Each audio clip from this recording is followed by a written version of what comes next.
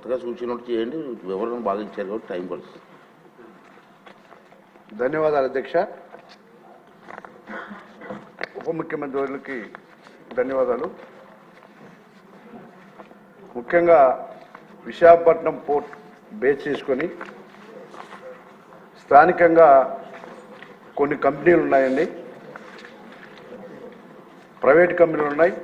అలాగే పోర్టు కూడా దాదాపుగా 33 బెర్తులతో విస్తరించింది.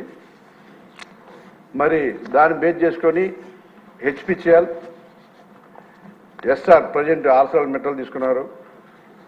అలాగే కొన్ని వేదాంత, జేఎం బక్షి గ్రూపులు కూడా కొన్ని బెర్తలు తీసుకున్నారు. కోరమండల ఫర్టిలైజర్స్ కూడా అక్కడే ఉంది అధ్యక్ష. అయితే ఈ బెర్తలన్నింటిలో ఒక 20 బెర్తలు మాత్రమే ఈ పొల్యూషన్కి సంబంధించినటువంటి కార్గోలు హ్యాండ్లింగ్ చేస్తారు అధ్యక్ష. మిగిలినవన్నీ కూడా క్రూడ్ ఆయిల్, ఆయిల్స్, ఎల్పిజి ఉన్నాయి అధ్యక్ష. ఈ 20 బెర్తలకు సంబంధించి పోర్టు వాళ్ళు కొన్ని జాగ్రత్తలు తీసుకున్నప్పటికీ కూడా చాలా పొల్యూషన్ ఇంకా వస్తుంది అధ్యక్ష. ముఖ్యంగా సౌత్ నియోజకవర్గం ఉంది, గోడకు ఆనుకునే పోర్టు గోడకు ఆనుకుంటుంది అధ్యక్ష. వాళ్ళు గతంలో ఒక 5-6 షెడ్లు నిర్మించారు అధ్యక్ష ఈ పొల్యూషన్ కార్గో వేసుకోవడానికి. ప్రజెంట్ ఇంకొక 5 వాళ్ళు అక్కడ నిర్మించారు అధ్యక్ష. మొత్తం 10 మాత్రం ఉన్నాయి. అలాగే ఒక 5 lakhs మొక్కలు ఎప్పుడు కూడా ఉండే విధంగా వాళ్ళు మెయింటైన్ చేస్తున్నారు అధ్యక్ష. అలాగే పోర్టు గోడ ఒక సైడ్ మాత్రమే ఈ 7.5 మీటర్లు ఎత్తున పెట్టి వాళ్ళు మెయింటైన్ చేస్తున్నారు అధ్యక్ష. 24 గంటలు రోడ్లు స్ప్రింక్లింగ్ చేస్తూ ఉన్నారు. అలాగే స్టాక్స్ మీద తార్పాలను కట్టి అలాగే కొన్ని జాగ్రత్తలు తీసుకుంటున్నప్పటికీ కూడా సీవేజ్ మిషన్స్ అంటే స్వీపింగ్ మిషన్స్ పెట్టి డైలీ క్లీనింగ్ చేస్తున్నారు అధ్యక్ష.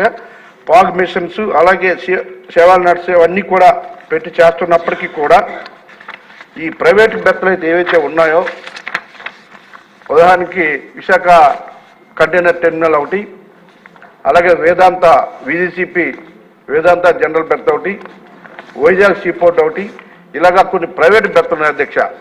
వాళ్ళు మాత్రం ఈ పొల్యూషన్ నామ్స్ని పాటించలేదు అధ్యక్ష. చెప్పినా కూడా ఎక్కడ కూడా ఒక మొక్క వేసినట్టు కానీ ఒక ఎస్ఆర్ కంపెనీ మాత్రం గ్రాండరీని బాగా చేసింది అధ్యక్ష. మిగిలినటువంటి ఏ కంపెనీ కూడా ఈ పొల్యూషన్ నామ్స్ ఫాలో అవ్వట్లేదు అధ్యక్ష. ఏమనంటే తర్పాలిని కట్టామని చెప్పి చెప్తా ఉన్నారు. చాలాసార్లు పదే చెప్పినప్పటికీ కూడా అక్కడ అలాగుంది అధ్యక్ష.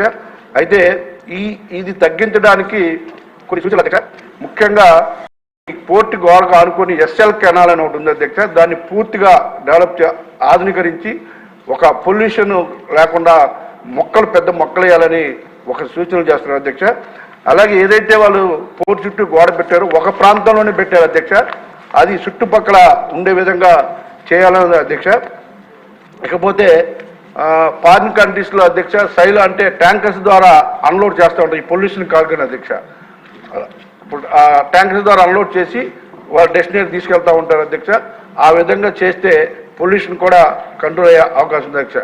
ఇంకా అండర్ గ్రౌండ్లో కూడా ఈ స్టాక్స్ పెడుతున్నారు కొన్ని దేశాలు అధ్యక్ష. అంటే పొల్యూషన్ బయట రాకుండా అండర్ గ్రౌండ్లో స్టాక్ పెట్టడం వల్ల కూడా కొంతమేర తగ్గించే అవకాశం ఉంది అధ్యక్ష. ఇకపోతే బై రోడ్ వెహికల్స్ అధ్యక్ష.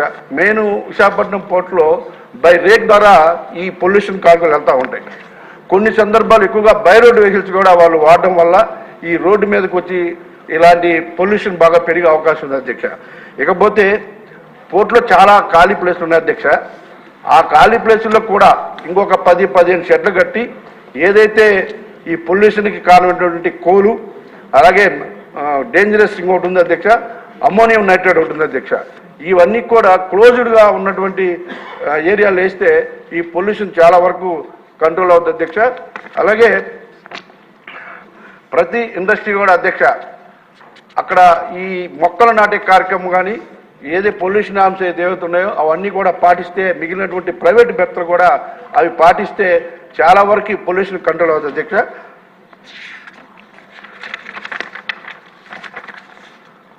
అలాగే ప్రైవేటు ఓనర్స్ అధ్యక్ష మీకు ముఖ్యంగా ఇక్కడ ఒక విషయం చెప్పాలి అధ్యక్ష. ఈ పొల్యూషన్ని బరాయిస్తున్నటువంటి ఈ సౌత్ నియోజకవర్గ ప్రజలు అక్కడ చిన్న జాబ్స్ అడుగుతారు అధ్యక్ష. ఆ జాబ్స్ కూడా ఈ ప్రైవేటు ఏదైతే గవర్నమెంట్ దగ్గర తీసుకున్న బెర్తలు అయితే ఎవరైతే ఓనర్స్ ఉన్నారో వాళ్ళ ఆ జాబ్స్ కూడా అధ్యక్ష థర్డ్ పర్సన్కి ఇచ్చి శాలరీస్ కూడా తక్కువ ఇస్తా ఉన్నారు అధ్యక్ష. కంపెనీస్ అక్కడ లబ్ధి పొందుతున్నారు కాబట్టి డైరెక్ట్ ఎంప్లాయ్మెంట్ ఒక్కరికి కూడా ఇవ్వట్లేదు అధ్యక్ష. థర్డ్ పర్సన్కి ఒకరికి అవుట్సోర్సింగ్ ఇచ్చి వాళ్ళ ద్వారా ఈ జాబ్స్ ఇప్పించేసి మళ్ళీ అందులో కూడా ఒక 2,000 ఒక్కొక్కరికి కమిషన్ తీసుకొని చాలా ఘోరంగా ఉన్న పరిస్థితి అధ్యక్ష. దాని మీద కూడా కొంచెం మనసు పెట్టాలని చెప్పేసి మీ ద్వారా తెలియజేస్తున్నారు అధ్యక్ష. అసలు ఆ విశాఖ కంటైనర్ టెర్మినల్ అన్నది అధ్యక్ష ఆల్మోస్ట్ మత్స్యకార గ్రామంలోకి వస్తూ ఉంటాయి పెద్ద వీల్స్. ఆ పోర్ట్లో నుంచి రావడం వల్ల ఆ టైల్స్కి పట్టినటువంటి డస్ట్ ఆ ఊరి మీదకి వెళ్ళిపోతుంది అధ్యక్ష. వాళ్ళకి ఎన్నిసార్లు చెప్పిన కనీసం ఒక మొక్క నాటడానికి కూడా అలా ఇంట్రెస్ట్ చూపట్లేదు అధ్యక్ష. వాళ్ళ మీద కూడా కొన్ని చర్యలు తీసుకొని, అంటే ఇండస్ట్రీ మీద చర్యలు తీసుకోమని చెప్పలేదు అధ్యక్ష, ఈ నామ్స్ పాటించే విధంగా కొన్ని చర్యలు తీసుకోవాలని చెప్పేసి మీ ద్వారా తెలియజేస్తాను అధ్యక్ష. ధన్యవాదాలు అధ్యక్ష. చంద్రబాబు గారు ఓన్లీ సూచనలు ఇవ్వండి అధ్యక్ష. సూచనలు చాలా ఇవ్వండి. మితంగా మాట్లాడుతుంది అధ్యక్ష.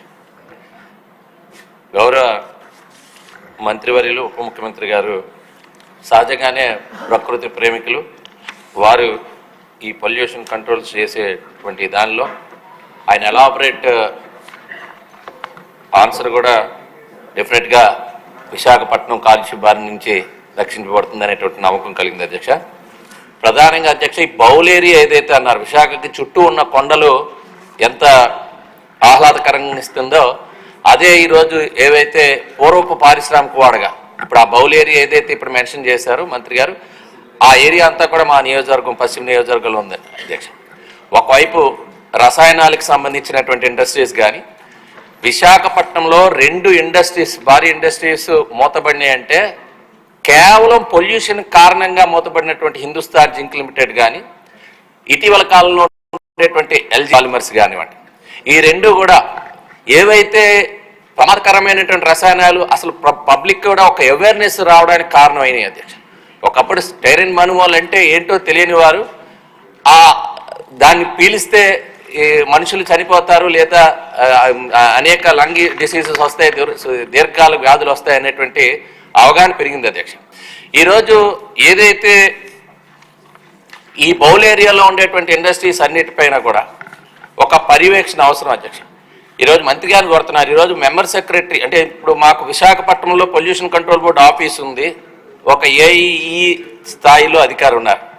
పబ్లిక్ సెక్టర్ కంపెనీస్లో వీటిని మానిటర్ చేయడానికి కానీ నియంత్రణ చేయడానికి కానీ వీరికి అసలు కనీసం వాళ్ళు లోపలికి వెళ్ళి ఆ ఉన్నత స్థాయి అధికారులతో మాట్లాడే అవకాశం కూడా లేనప్పుడు ఏ రకంగా అది కంట్రోల్ అవుతుంది అనేటువంటిది ఒకటే శ్రద్ధ వహించాలి. విశాఖ మీరు అనేక దేశాలు తిరిగారు, ఒక పోర్ట్ సిటీస్ అన్నీ కూడా చూశారు అధ్యక్ష. మీరు కూడా అనేక దేశాలు తిరిగారు.